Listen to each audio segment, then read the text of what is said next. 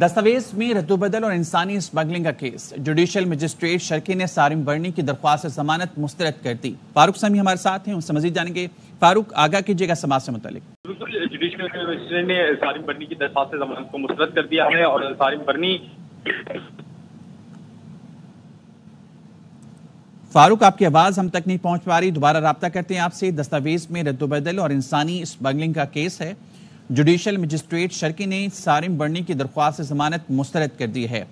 عدالت نے فیصلہ گزشتہ روز محفوظ کیا تھا۔ فاروق سمیع ہمارے ساتھ ہیں، ان سے مزید جانیں گے۔ فاروق، بتائیے گا اس بارے میں۔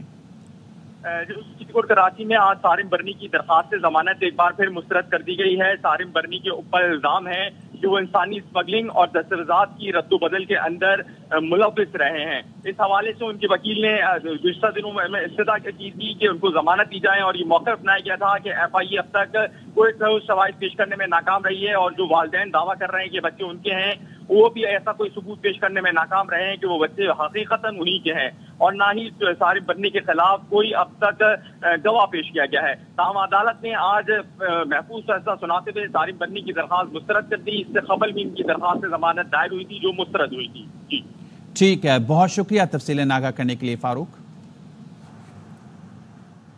190 ملین پاؤنڈ ریفرنس میں بشریٰ بی بی کی بریت کی درخواست پر محفوظ فیصلہ کچھ دیر بعد سنایا جائے گا۔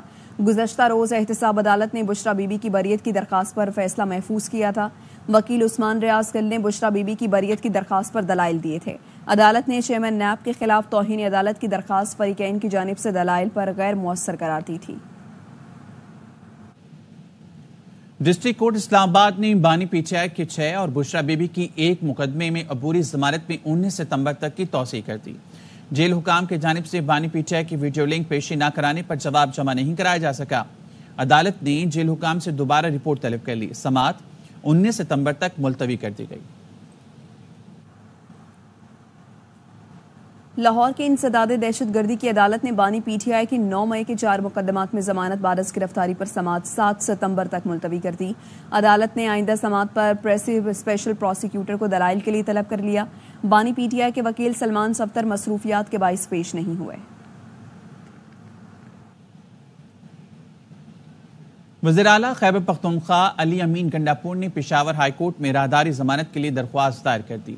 درخواست آج ہی سماعت کے لیے مقرر کرنے کی استدعا کی گئی ہے۔ اسلام آباد کی مقامی عدالت نے گزشتہ روز وزیر اعلیٰ خیبر پختونخوا علی امین کی عدم پیشی پر ناقابل ضمانت وارنٹ گرفتاری جاری کیے تھے۔ اسلام آباد کی عدالت نے وزیر اعلیٰ کو گرفتار کر کے پیش کرنے کا حکم دیا تھا۔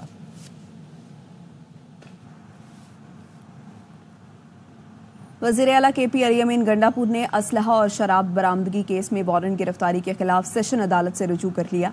علی امین گنڈاپور نے وکیل کے ذریعے گزشتہ روز کے جوڈیشل مجسٹریٹ کے حکم کے خلاف نظر ثانی درخواست دائر کی۔ درخواست میں موقف اختیار کیا گیا ہے کہ علی امین گنڈاپور کی مقدمے سے بریت کی درخواست زیر التوا ہے۔ عدالت نے خلاف قانون وارنٹ گرفتاری جاری کیے۔ اس حکم نامے کے خلاف نظر ثانی درخواست منظور کی جائے۔ D G I S P R lieutenant general Ahmed Sharif Chaudhry آج دن 2:15 پر اہم پریس کانفرنس کریں گے۔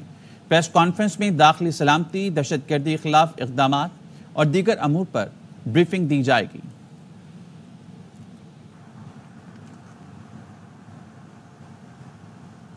براہ راست لے چلیں آپ کو اسلام آباد۔ ترجمان دفتر خارجہ ممتاز زہرا بلوچ ہفتہ وار بریف کر رہی ہیں۔ Development Affairs David Lamy. They reviewed the state of bilateral relations and discussed regional issues of common interest. Discussions focused on the importance of a strong Pakistan-UK partnership, advancing the wide-ranging bilateral agenda, and promoting Pakistan-UK cooperation in the context of United Nations and Commonwealth.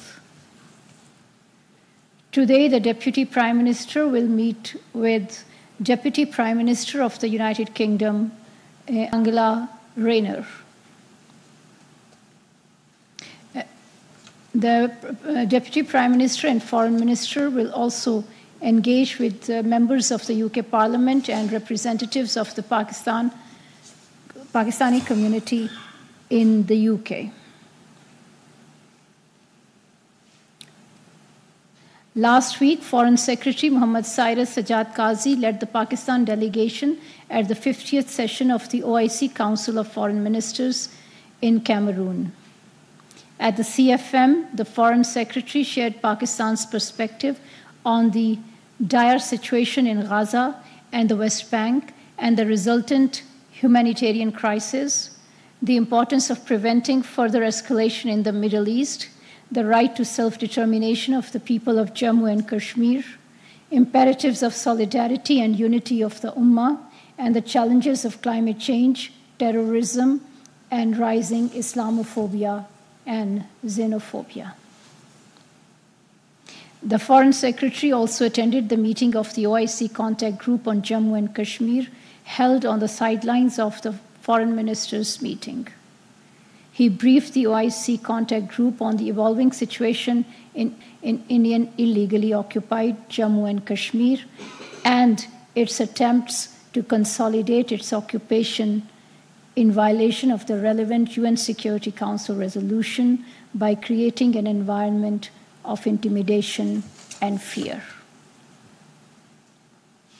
The Council of Foreign Ministers reaffirmed its consensus on Jammu and Kashmir dispute by declaring that the final settlement of the Jammu and Kashmir dispute in accordance with the UN Security Council resolutions and a UN-supervised plebiscite is indispensable for durable peace and stability in South Asia. The Yaoundé Declaration also renewed solidarity.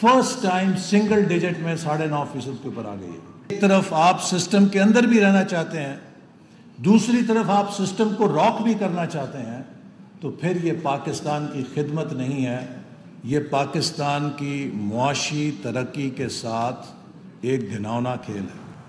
بانی P T I کا military trial نہیں ہوگا. P T I کے تمام رہنما سیاسی قیدی ہیں.